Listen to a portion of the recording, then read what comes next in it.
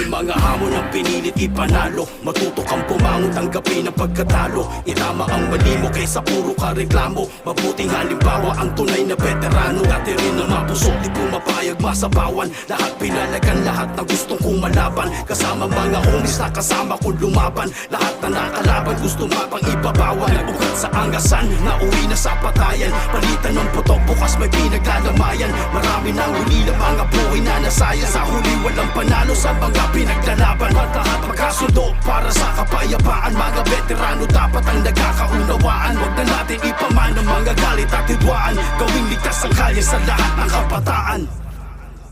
Wala nang dapat patunayan pagdating sa salita. Makikita mo naman kung paano namin kinusan.